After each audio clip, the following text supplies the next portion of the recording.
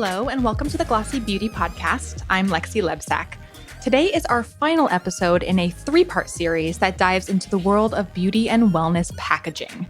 Later on, my colleague Sarah Sprookfiner and I sit down with beauty packaging expert Allison Kent-Gunn.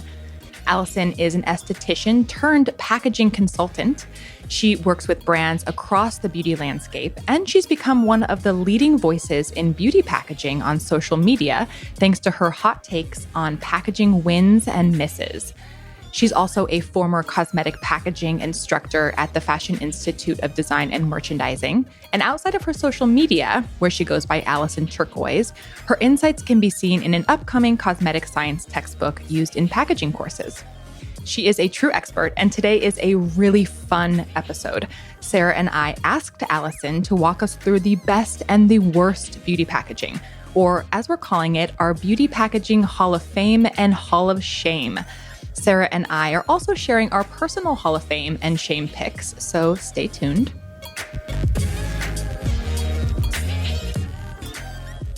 But first, I'm joined by senior reporter Emily Jensen to walk through the news of the week with me. Hey, Emily.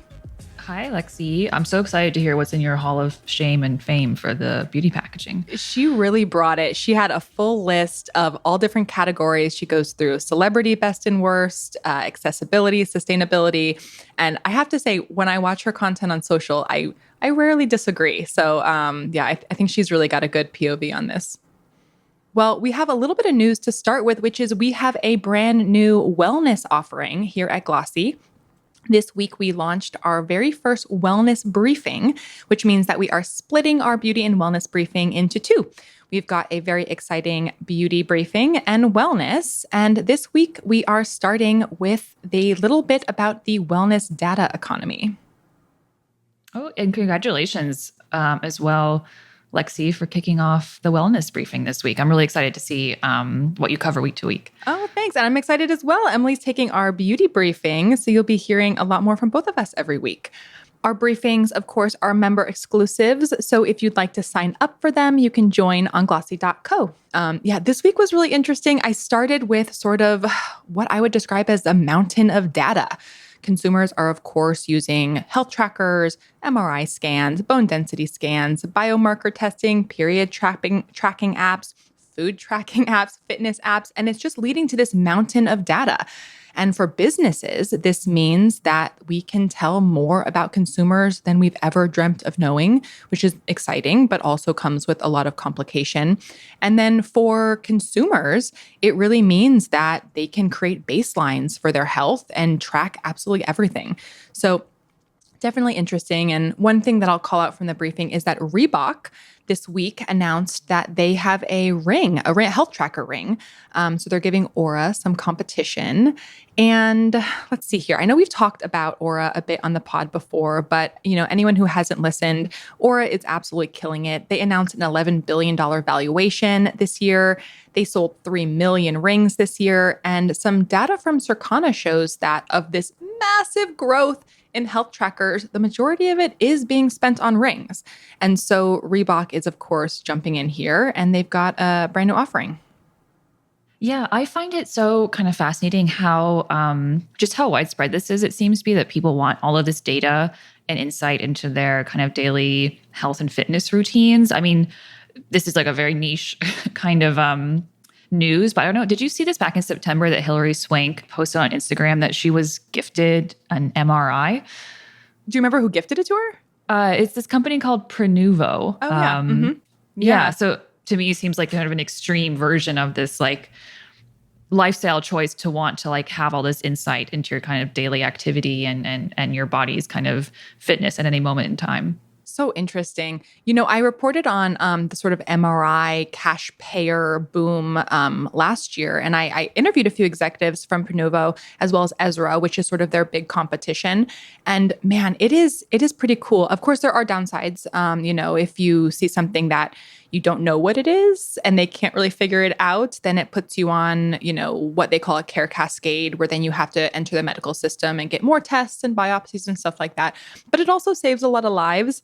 But it really goes back to sort of the crux of where wellness and longevity is going, which is it's all about data, creating these base sort of reference images, data sets, and then being able to monitor it in a way that, it's pretty exciting. Mm-hmm. Yeah, it's an interesting push and pull. I'm curious what, as these become more commonplace, like how the health industry will kind of react to consumers knowing more about their health and wellness. Like you said, there is a push and pull between like maybe can help you catch things early that you wouldn't otherwise have noticed, or small changes, could be a sign of a bigger problem. But on the other flip side, like is knowing all of this information potentially going to cause anxiety about things that aren't really a real issue potentially? Yeah, that's the big argument. It's like, do you want to know? do you want to know? But yeah, it's very interesting. There's also some other things I added to our briefing where you can track so much, including, have you heard, Emily, about smart toilets? No, Okay. That's not the Japanese smart toilets that sing. No, not a singing bidet, but in fact, a toilet that, as Kohler put out earlier this season, analyzing what we leave behind. So there's basically a little it's like an aftermarket vibe. It's not like a whole new toilet, although I think that they do exist. But basically it's a little device you put onto your toilet. It's $600 and it decodes your body's signals, translates them into personal insights on gut health, hydration, and more, according to the company. And it gives you your results in the Kohler Health app. And this is part of Kohler basically expanding out and launching an entire wellness longevity part of their business. That is fascinating. I'm absolutely sure there is a market for people who would want to be testing. Yeah, I know. What do we say about this? I actually did years ago when I was in office still. This was like 5+ years ago. One of my colleagues randomly received a PR package from a company whose name I can't remember now that would offer stool testing. I have no idea why they sent it to her. We did not cover this sort of sector in any way, but maybe they were ahead of the game in terms of sending this out to people and editors and inviting them to test their stools and get results about their gut health. Really interesting. This one will tell you if there's blood in your fecal matter, it'll test your hydration, all of these crazy things. And then there are competitors for Kohler, of course, and they include two companies that I hadn't heard of personally, but one's called Throne and one's called Whittings. And the former, they raised $4 million this summer for advancement of their product. And then the other one has nutrition diagnostics as well. So it can actually tell you what your nutritional deficits are. But this is really just a small snapshot. There's also, apps that are taking on massive funding. I added in one called Simple Life, which is basically a food tracker app. And they also have wellness coaching, but they took on $35 million in funding just this summer, or maybe it was this fall. Anyway, it just happened. And yeah, so it's there is money being poured into this stuff and AI is just going to push it forward. Yeah, absolutely. I'm curious to see where it goes. Sometimes this is just, I don't personally use an Oura Ring or things like that. My skepticism to them is partly they tell you if you're not sleeping well or not eating well. I'm also my body will tell me if I did not sleep well. I'm aware, or if I'm not eating well and having gut issues, I know. But maybe these are telling you things that you can't just sense from your own sort of normal bodily feelings. Yeah. I think I've mentioned this before in the pod. I'm not a big tracker person. I feel like I get a little too obsessive about things like that. I just have to live intuitively is what I've learned in my life. I can't get wrapped up in all this, but people like it. It's it's absolutely growing. I think the latest, not to throw too much data at you all, but I think the latest stat from Verified Market Research showed that this entire world of tracking is going to triple in size over the next few years, and it could reach 189 billion by 2032. Just so much money and so much innovation.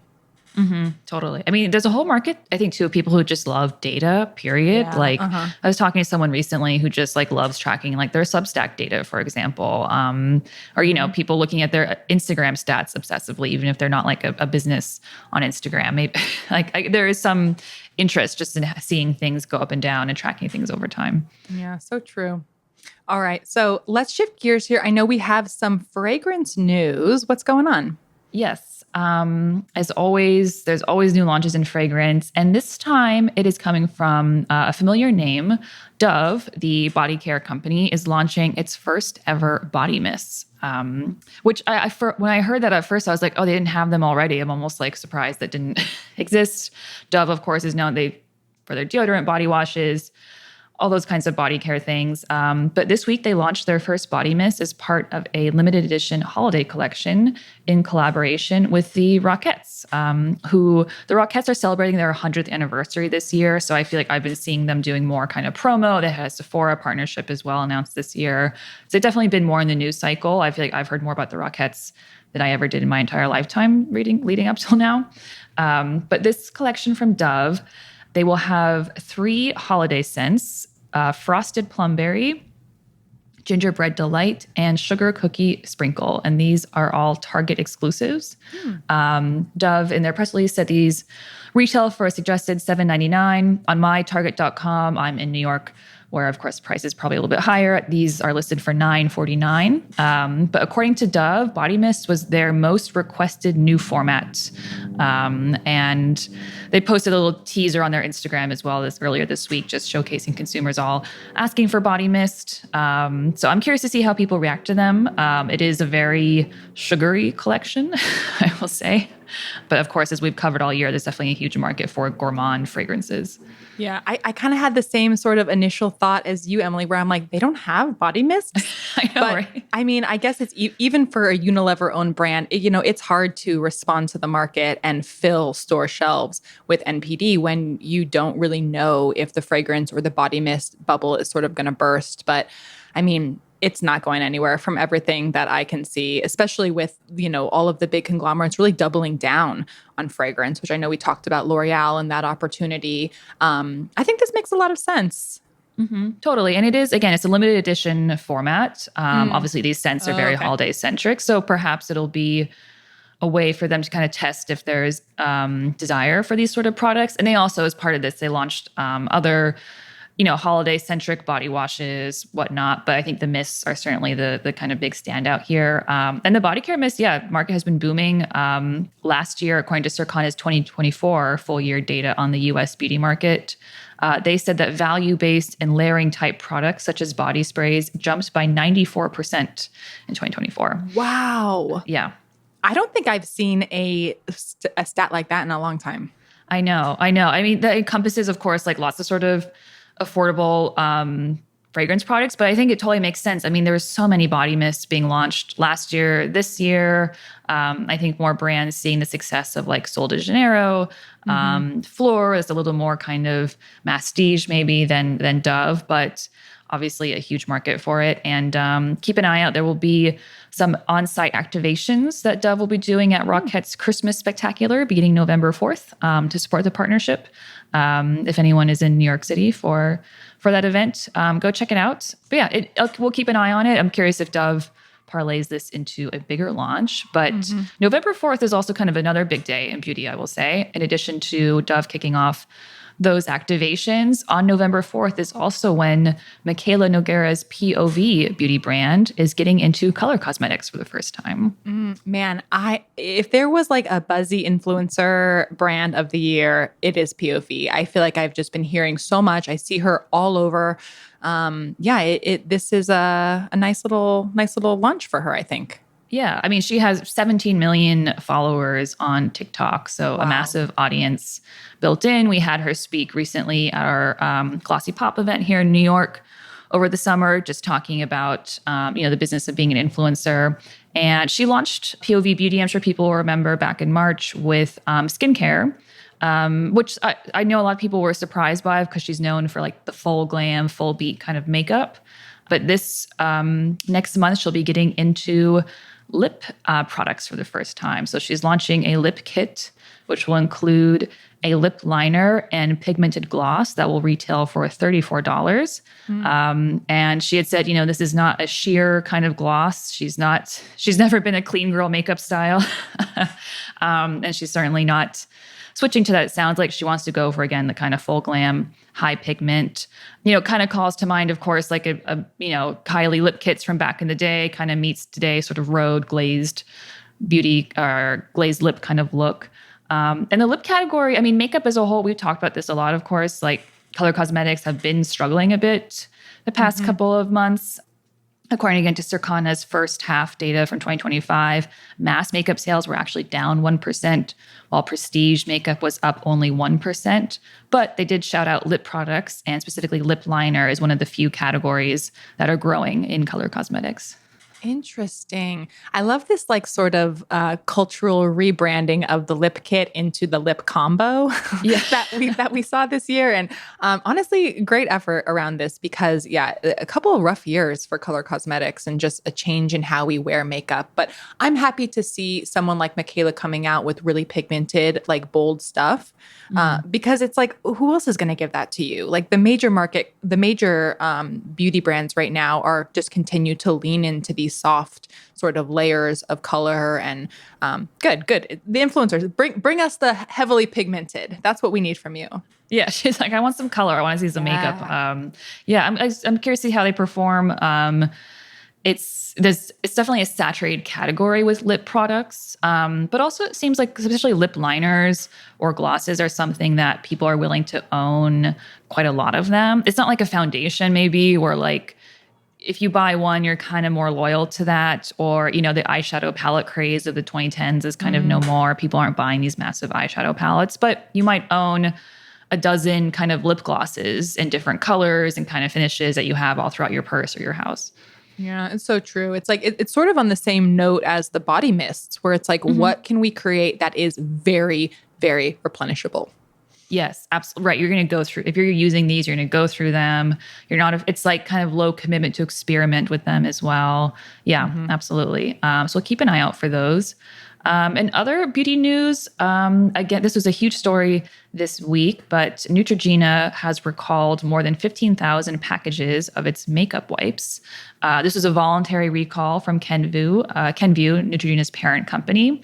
And the recall was actually first issued in September and then upgraded in October to a Class 2 recall, which the FDA defines as a situation where exposure to a product could cause temporary or medically reversible adverse health consequences, or where the probability of serious adverse health consequences is remote. So that's as it stands now. The recall only affects wipes that were distributed in Florida, Georgia, South Carolina, and Texas. But Neutrogena does have a help form on its website to help identify if your wipes were affected. You can enter the lot number on your package and again, see if those are impacted or not. Man, I did see this when it came out and I kind of went, okay, but now that we're, talking more about it weeks later, the whole bacteria in it is, it's not ideal because you definitely have brands that are recalling things because of packaging issues or they're leaking or something like that. But nobody wants a wipe that has bacteria in it. It's the opposite of what you're doing. Totally. Because the makeup wipes, I will use these kind of things in a pinch. It's like, to like wipe off like eye makeup, definitely getting very close contact with your eyes. The specific bacteria that Kenvue found in this batch, I'm going to butcher this pronunciation, but it's called Pluralibacter georgiae. Again, great effort. I'm sure that's... I would have done worse.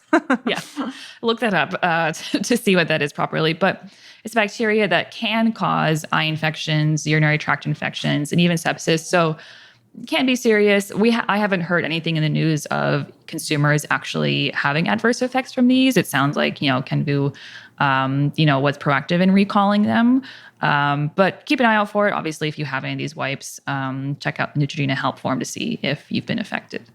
Man, Kenview Crisis Communications working hard this past few months with the Tylenol stuff, and now with this recall for Neutrogena.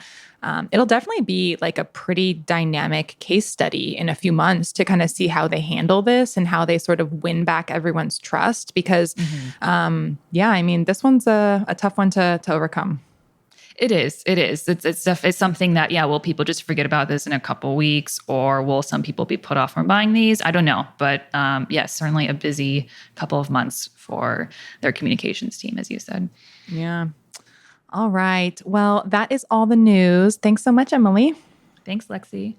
Next up, we have our final episode of the World of Beauty and Wellness Packaging with Allison Kent-Gunn, who is going to discuss the Hall of Fame and Hall of Shame, in her opinion, for beauty packaging.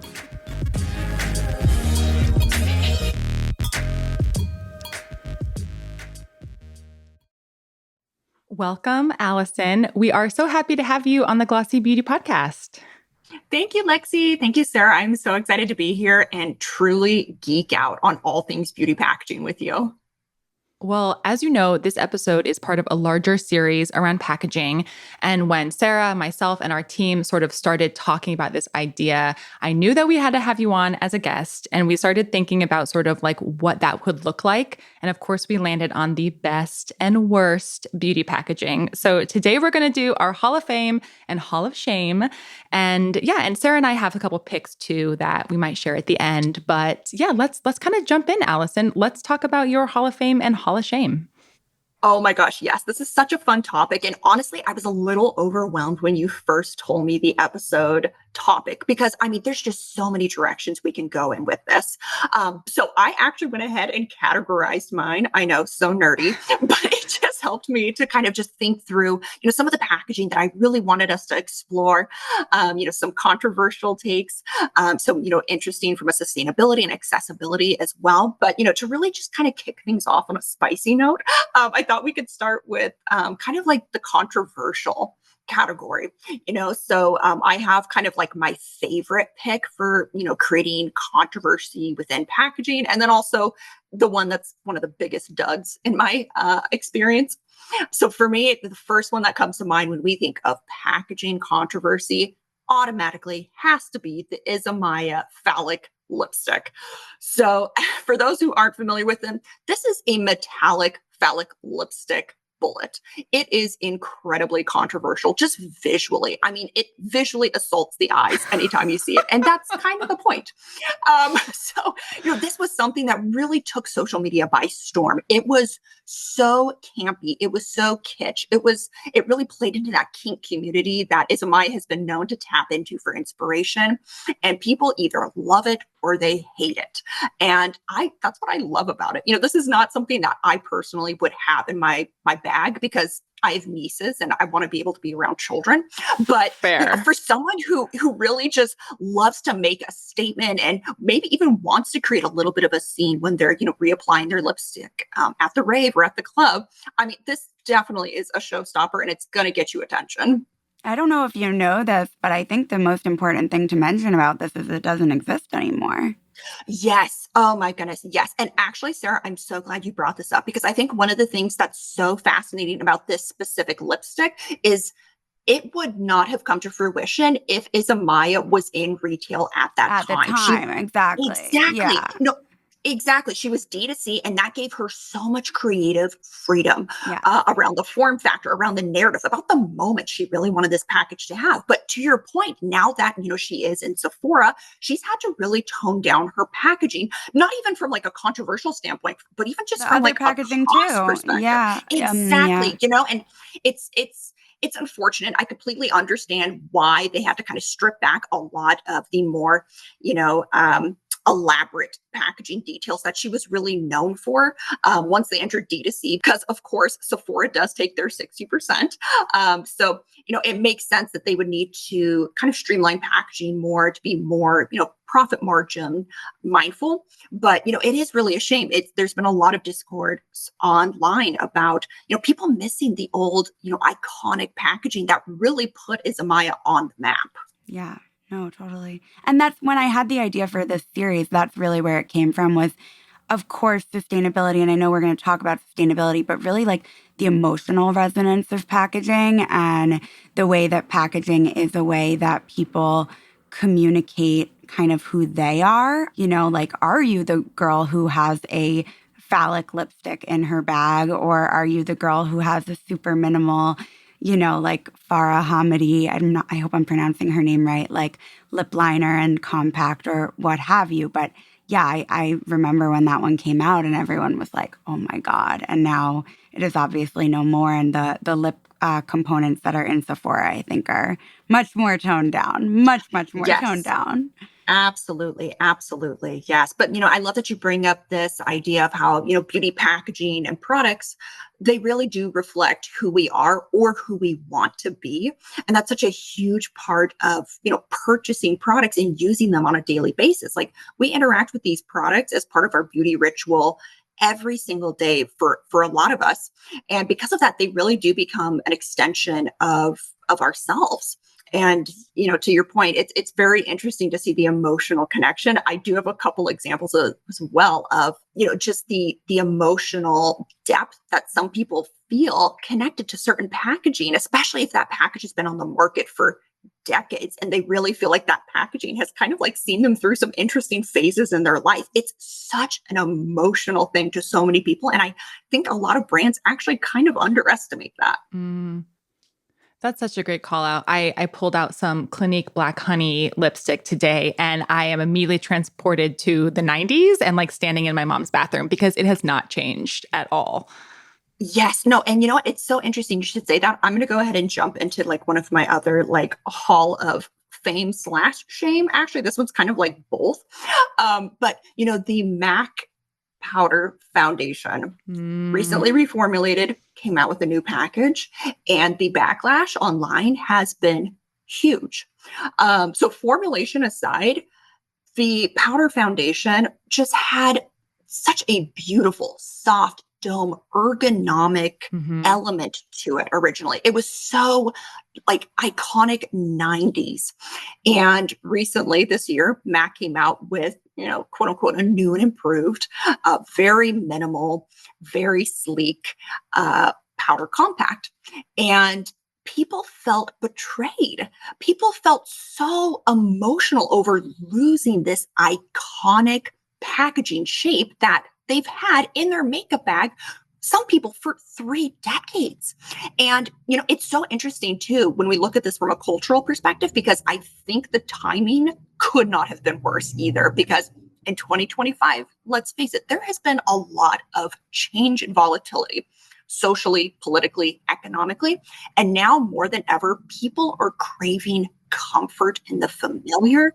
And that extends to those everyday beauty objects that they're interacting with. So, I think that there was, unfortunately, it was very poor timing of, launching the newly reformulated and the new packaging for the powder foundation from MAC. But I also think, unfortunately, not to put too fine a point on it, but they really stripped the legacy from a legacy product. Not to put too fine a point on it, but, I just think it was a huge mess. And, I'm really curious to see over the next few years how that may impact consumer sentiment towards the product. But just a huge loss from a packaging perspective. Yeah. Do we know why MAC sort of changed it up and did this? Well, so I do know they made the new compact refillable, which I do applaud them for that because this is such a highly repurchased product. It does make sense to have a refill. However, they also launched the refill with this newly reformulated formula, which from what I'm seeing has not had the warmest reception. So I imagine repurchase rates are going to be drastically impacted by that, but I guess time will tell. Yeah. All right. So going back to most controversial packaging, did you have a hall of shame for this one as well? Oh, yes, I did. And I think this is one that's going to resonate with a lot of people. I know this line just recently closed its doors, but Skin by Kim. I think we all remember the moment when they announced that they were going to be having completely refillable components. And they did this beautiful video showcasing essentially a bottle in a bottle. And people, of course, dragged it to filth. It was so tone deaf. And really, I think it was a great example and really exemplified everything that's wrong with the current approach to bottle and bottle refills, where essentially it's just two separate components that you're making consumers purchase and calling it a more, sustainable approach to beauty. I think, unfortunately, this is something we see throughout a lot of beauty lines, but I think Skin by Kim, it just came across especially tone deaf. And, I think considering the amount of resources and funding that brand had to really do something truly innovative and really, kind of push the boundaries of what is considered sustainable, this was incredibly disappointing, although perhaps not surprising. It's like when brands do this, they just want to say they're refillable. And it's like, I mean, the refillable part of the packaging looks just like maybe another brand's serum. It's hard plastic, it has a pump, and it just is like slipped into this what looks like secondary packaging that they've turned into primary keepsake packaging. It's just like so silly. It absolutely is. There's a lot of over packaging and over engineering involved with traditional bottle in a bottle refills. And that's something that's coming up a lot online as well. I think a lot of brands underestimate how smart beauty consumers are becoming. They are becoming increasingly astute to sustainability, both, what truly is sustainable innovation that helps to reduce the environmental impact of a package, but also, what's just sustainability from a buzzword perspective. And, especially young millennials and Gen Z, they do not take kindly to brands trying to quote unquote trick them with, sustainability fluff and greenwashing. So that's something that we're certainly seeing online. And, I'm hoping that brands are going to listen to, what consumers actually want when it comes to sustainable innovation and not just, what suppliers necessarily are pushing. Yeah. I have not heard anything like particularly overwhelmingly positive about the adoption rates of refills. I'm most interested in packaging, like from like my beat is very marketing focused, and I'm very interested in that. But it is, like you said, connected. Like Gen Z does, and I think even millennials. I'm a millennial. Like I don't think millennials want to be greenwashed too either. And I do think that in general, I think people do like to shop with their wallets and know the values of the brands that they're spending with. Like, do you have any thoughts on a brand where refills are resonating, or where they're doing well, that people are actually using them? Like not that the brand did a good job with sustainability, but that consumers are actually adopting them. Because that's like, it's great if a brand does them well, congrats, But like, I just rarely hear anyone talk about like going to refill my moisturizer. You know what I mean? Yeah, no, absolutely. And this is a sustainability strategy that is 100% reliant on consumer adoption. And because consumer adoption is so low because of just consumer brand and product loyalty being at an all-time low in general, it's a real uphill battle to actually get the consumer adoption required to actually reduce the environmental impact compared to just, single-use packaging. But to your point, the vast majority of refills that I see on the market fail, and they fail hard. I'm going to share an example from behind the scenes. I won't name the brand, of course, but there was a brand that invested $350,000 on refillable packaging for a new serum. So this is a serum that they didn't have any sort of repurchase data on. Huge risk, very big red flag. So they invested $350,000 in this refillable packaging. They launched it on the market. A year later, they had to completely pull it and scrap it, essentially, because consumers weren't adopting it. It didn't align with their customers' actual purchase behavior or the affinity for that specific product, which didn't do particularly well. So the vast majority of times I see refillable packaging fail very, very hard. There's a few exceptions. There are some brands that have been very strategic with refillable packaging and have either by luck or strategy launched their best seller in it, and it does relatively well. So one example I can think of is in beauty, their Extreme Cream, beautiful cream, one of the best sellers from their line. I personally have actually repurchased that refill probably 8 or 9 times by now because it's such a beautiful formula. But I cannot say that about any other product I've tried. And it's not because I don't want to be more sustainable. It's because the product affinity it would just have been forced on my end. So I would say refillable packaging is one of the most difficult sustainability strategies to do well because it's so incredibly reliant on that repurchase rate from consumers. It feels like if you're a brand and you're trying to do right by the environment, then you should just create packaging that can live autonomously with limited materials. Yes, I completely agree. I think one thing that's very underutilized when it comes to sustainability strategies, when it comes to packaging, is just simple lightweighting. Just use less materials per unit of packaging, and you're going to make an automatic reduction in material use and wastage and oftentimes carbon emission as well. Sometimes the most simple strategies are the most overlooked. I think sometimes brands tend to overcomplicate sustainability, but to your point, Lexi, just lightweight your packaging. Cocoa Kind is a great example of this. They don't have the most eye-catching packaging. It's not, the most interesting form factors, but they do a great job of using, lightweighted materials and packaging design when possible to reduce the overall carbon emissions and material usage per unit. Okay, that takes us very nicely to your sustainability Hall of Fame, Hall of Shame. I know you did one. What's in it? Yes. Oh, okay. So let's start off with Hall of Shame because this is one that I could just drag to filth. I have a real personal bone to pick with this one. So it's the Augustinus Bader refill. So obviously incredibly luxury price point and positioning. And this refill is it's not even a true attempt at sustainability, in my opinion. It's a flower vase. It's a flower voice. At this point, we're just entering like the realm of satire. It's hilarious. It's 5 times larger than the actual component that houses the formula. Now, I get it. A lot of luxury brands try to make their, keepsake refill component like a real statement on your beauty counter. And that may work for some consumers. I'm certainly not one of them. But the idea that we're even trying to position this as some sort of sustainability strategy is laughable. The amount of material used and the amount of carbon emissions required, not only to manufacture it, but to ship this huge, essentially flower vase keepsake component is astronomical.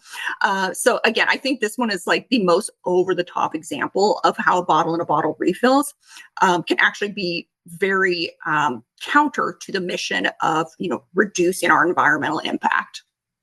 Do you think that brands do this because they just kind of have to continue to add value, continue to add things that consumers might like to justify higher price points? Or like, why do you think brands do this? I think there's a few reasons. I do think a lot of beauty brands are tempted to try to enter kind of that lifestyle kind of positioning, in which case the idea of creating an object that's an extension of your product line, but is also kind of like a standalone art object in your home is something that I've seen many luxury brands kind of flirt with. So I think that's part of it. I do see a huge push for refills from retailers, which is so bizarre for me because so few of them actually sell the refills in store. Very frustrating as a consumer and packaging professional. So I think there's a lot of things in play with it. I think a lot of it also comes down, unfortunately, to size impression. So a lot of brands do think of size impression when it comes to selecting their packaging because most consumers, they are just visually ascertaining value based on just the general size of a package and not the actual mils or ounces. So a lot of times a consumer will see a larger, more overpackaged product like a bottle and a bottle refill, and it just has a larger shelf presence, and therefore it can help to justify a higher price point. So I think that's also where luxury brands lean so heavily into the refill components as well, because a lot of refills do play into overpackaging. That makes a lot of sense. Okay, I'm dying to know, what is your Hall of Fame for sustainability? Who's doing it right? Yes. So there's so many brands that I feel like are making really great strides in this sense, but I would have to choose the Crave Beauty airless pouch system.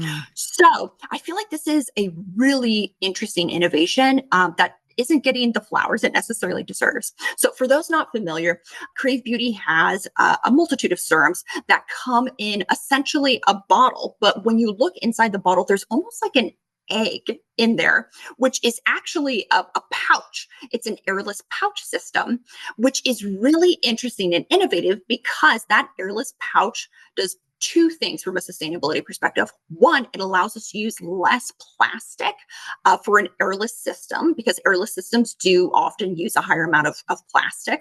So it allows us to instantly reduce the amount of plastic used per SKU, and it allows an easier recycling process for consumers. And here's why. Because oftentimes when it comes to recycling, consumers always have to rinse the bottle. If it's coming in contact with the formula, it has to be properly rinsed in order to be properly recycled. But because the formula is never actually coming in direct contact with the bottle itself that's housing, again, this kind of like balloon pouch, there's no rinsing involved. And I think initially this may seem like such a simple, easy thing. It's so easy to kind of overlook and underappreciate. But I think there's a really important thing to highlight when it comes to sustainability is that oftentimes we think that the biggest obstacle to sustainability is cost. But I would argue that it's oftentimes convenience.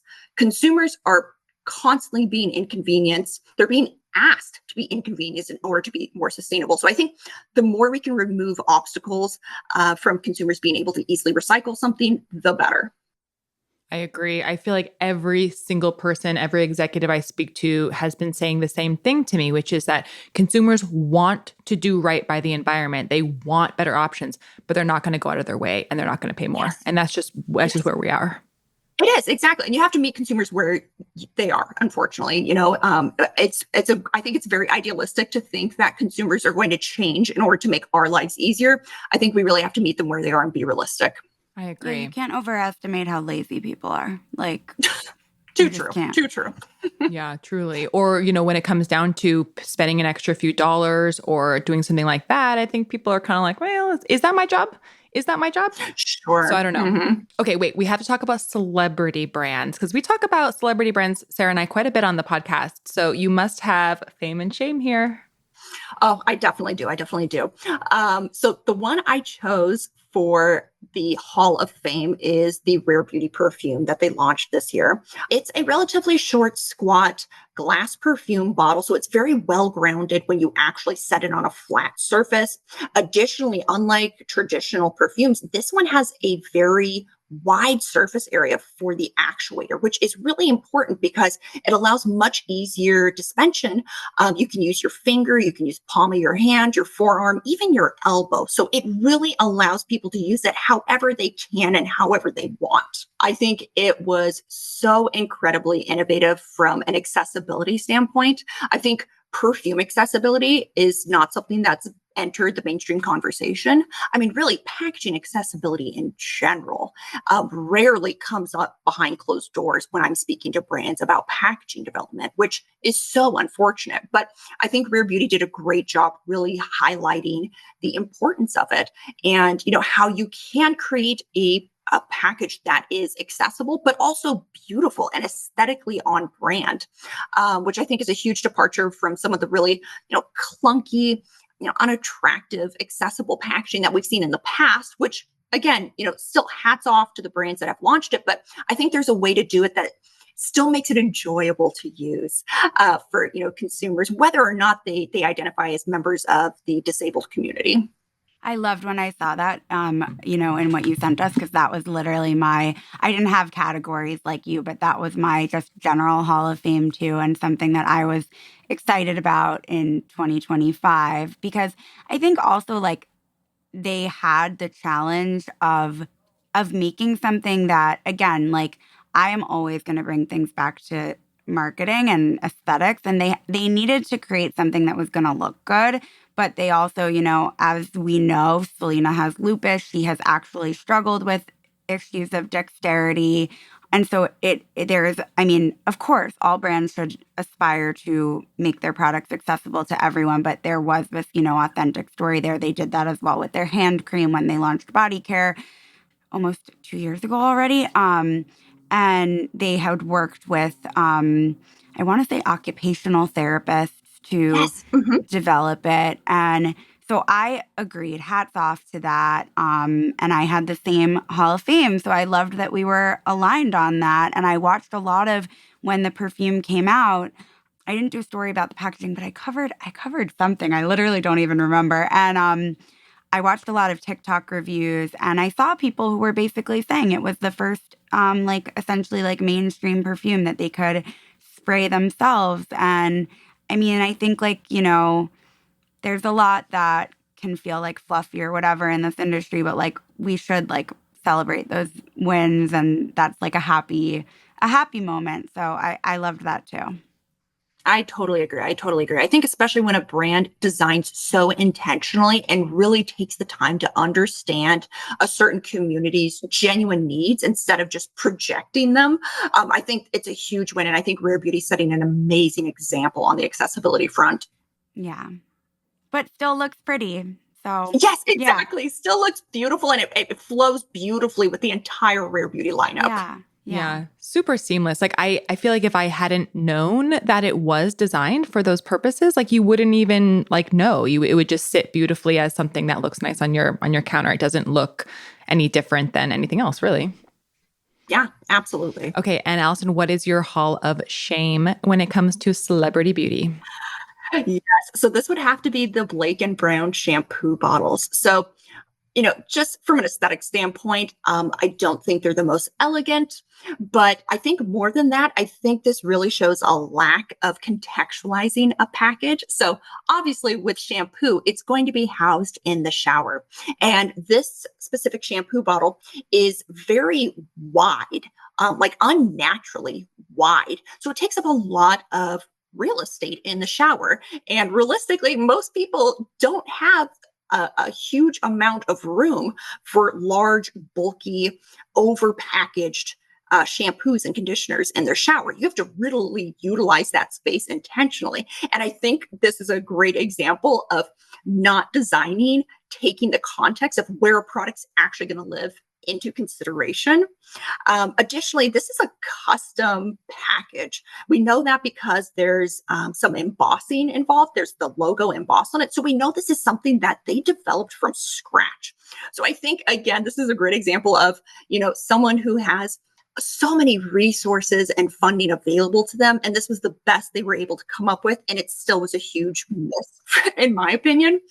Again, just designing with intention and contextualizing where a product's actually going to sit, whether it's, in the shower or, in someone's cosmetic bag is absolutely huge. It's funny because I wasn't like thinking of even a specific product, but in my notes for this episode, I wrote, don't like when you have to hold something open in the shower. A very astute note, very articulate for me. But like, it's funny for many of my shampoos and conditioners, I know I'm more loyal in the hair department. I have a difficult scalp and I've switched to things that have pumps.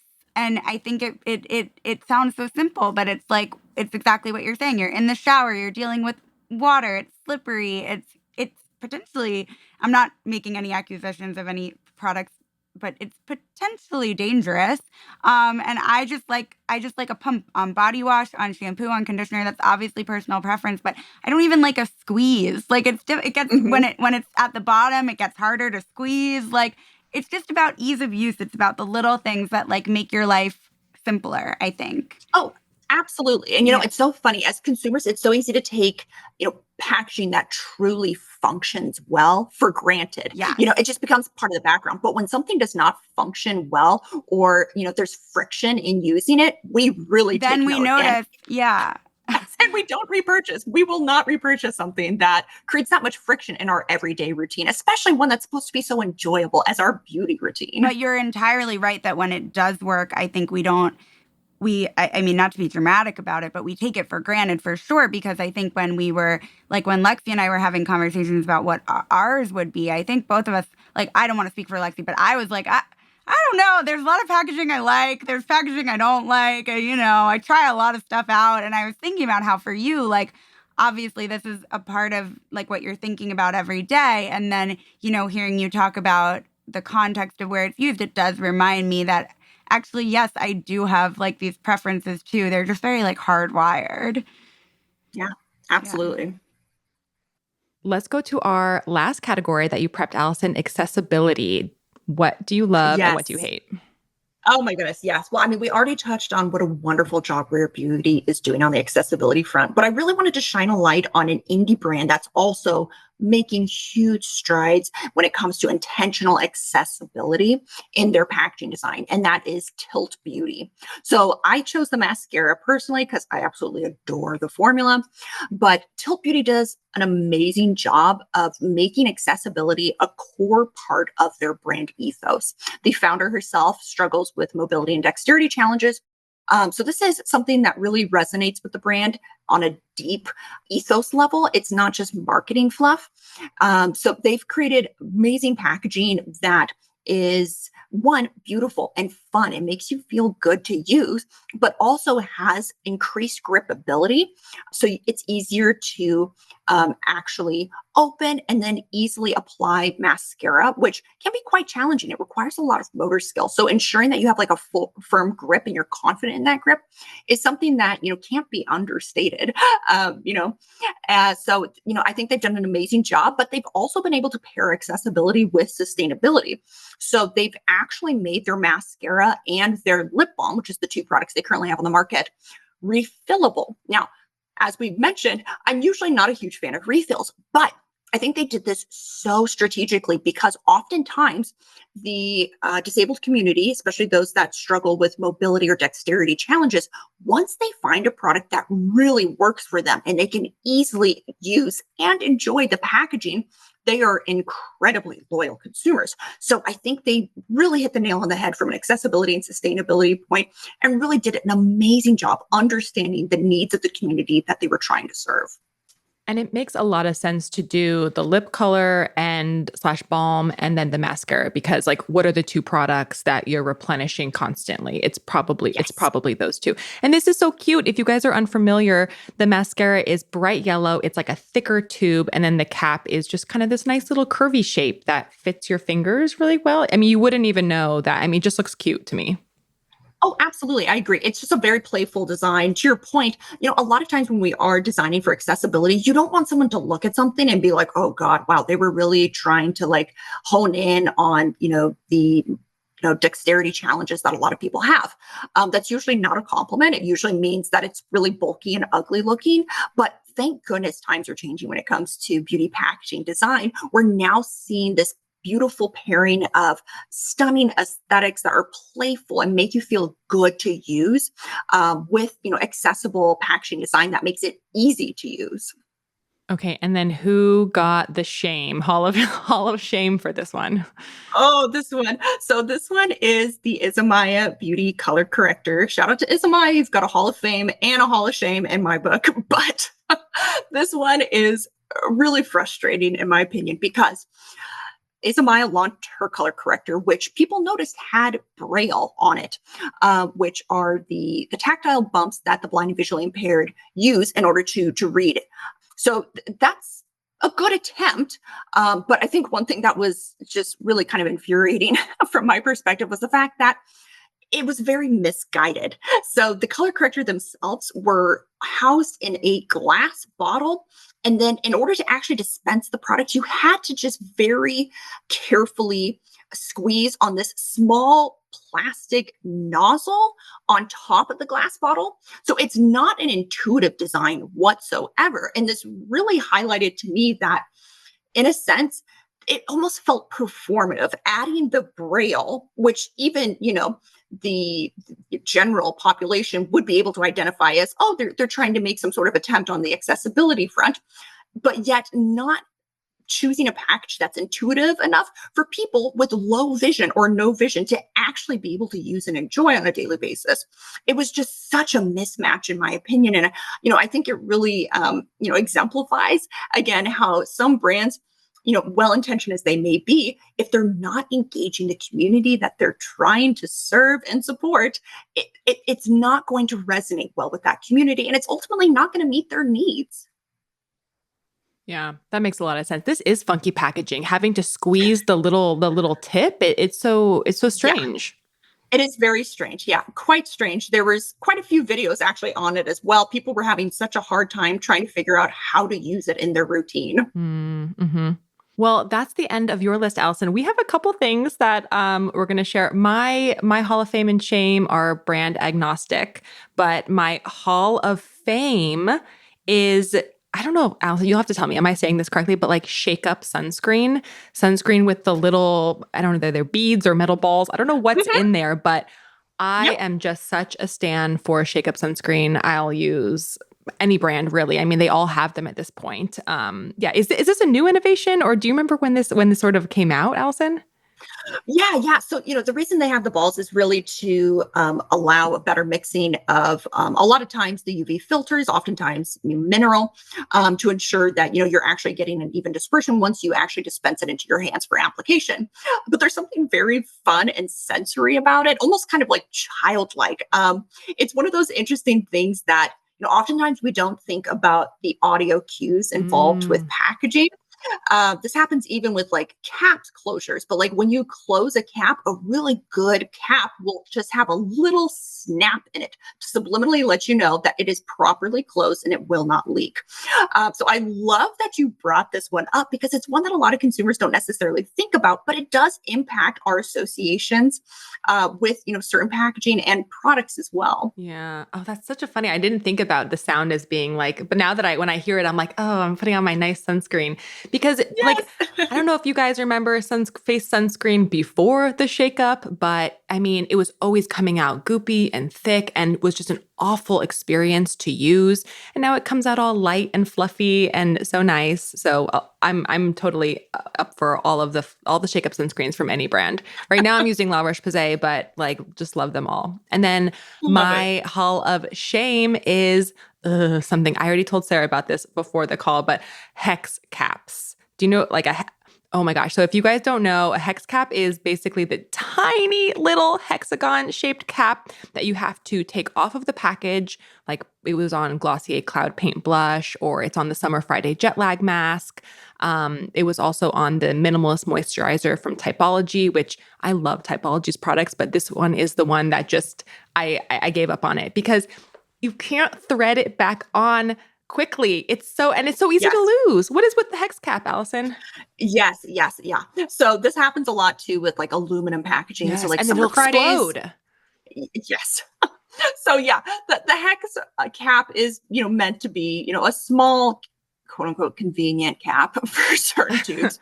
The more consumers I talk to, the more I understand just the visceral hate for this style of cap. It's very challenging to properly thread back on. And additionally, I don't know about you, I am clumsy. If I can drop something, I will drop something. So I can't tell you how many times I've dropped this on the floor in my bathroom because it's so small and it's oftentimes white. I have to spend a minute on the floor trying to find it. So I can definitely relate to that one as well. I do find like a lot of brands are becoming increasingly aware of this.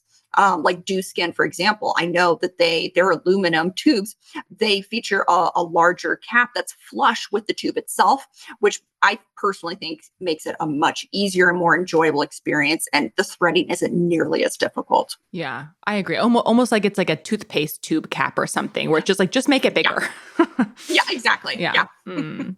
It's the same. We kind of my Hall of Fame was Selena's perfume, but it goes back to the thing about having something open in the shower, which was kind of my Hall of Shame. And then I think one of my other ones, and like, listen, I'll be so for real with you guys. Do I use products that have this? Yes, but like I realized that I prefer like a pump again, which I said about the shower as well, to a serum with a dropper.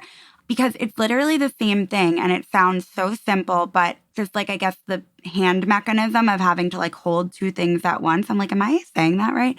It's like this basic thing that we all do all the time that just, again, are like these tiny little things that it's just like, how can I feel like brands should be thinking, how can we make our consumers' lives easier and better and nicer? And I personally I know that some people have issues where then they feel like the pump doesn't get all the product out at the end and there's complaints about that.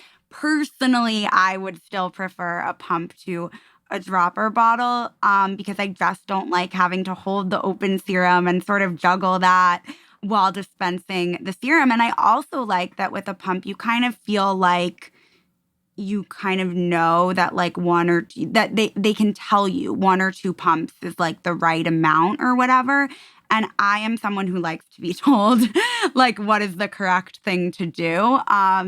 And not be like, guessing. Whereas if it's a dropper, like who knows how much I'm using? Who knows what we know from people, getting sunburned or whatever. We know that we all interpret dime size or nickel size or pea size in drastically different ways. So for me, I'll always take a pump, an automized mechanism over a self-dispense, if that makes sense. So that's it's also brand agnostic. But like, I don't know, a pump that comes to mind is like this Medicate peptide serum that just has a nice pump. I also use In Beauty Project moisturizers and enjoy their packaging.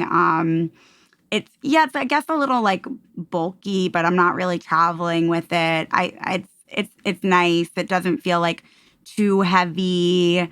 I like that. I agree with what you said about dew. Like, yes, I would kind of still prefer a pump, but I don't mind opening it because, like Lexi said, it's not that tiny little cap, and I love that moisturizer too. So yeah, those are some of mine, and points for accessibility and points for pumps in the shower, especially. Love a pump. Oh, absolutely. Absolutely. And Sarah, just real quickly, you'll appreciate this. So since you and I both have kind of a shared disdain for droppers, I almost added this to our Hall of Fame and Shame list, but it is the L'Oreal Skin Tint, which is absolutely gorgeous, but it's in a dropper bottle, and the brand did not invest in a wiper. So for those that aren't familiar, essentially you usually have a wiper that's inserted into the bottle to ensure that when you are taking out the pipette, that excess formula on the outside isn't spilling out onto the neck. They did not invest in wipers for the skin tint. So as a result, it is one of the messiest products I have ever used.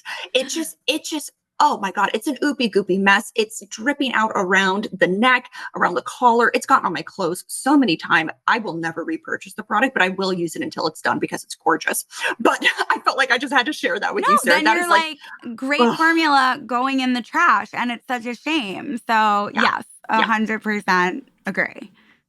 Final thoughts, because this is the last episode of a series. Like, I hope that like giving these examples puts sort of like a cap on everything that we've been talking about, and like all the different facets of packaging, like from the psychology of hearing an audible click to sustainability, which obviously is a much broader conversation than we can get into, to just the ways that packaging can improve people's lives, whether in very tangible and I would argue serious ways of whether or not someone can actually use something, or if it's just something light and fluffy, like enjoying a pump in your shower. But thank you to those of you who have stuck with us for all 3 weeks of this series. Absolutely. And just to echo that, I feel like brands are so intentional and purposeful when it comes to their product formulation. I would just please beg brands to just a fraction of that intentionality towards your product packaging will improve your market positioning, your consumer experience, and just your overall sustainability as a brand by such a huge amount. Yeah. Oh, this was so fun. Allison, you have such great insights. Thank you so much for coming on the podcast and sharing them with us and our listeners. Yes, thank you so much for letting me geek out with you both. This was so fun. It was fun.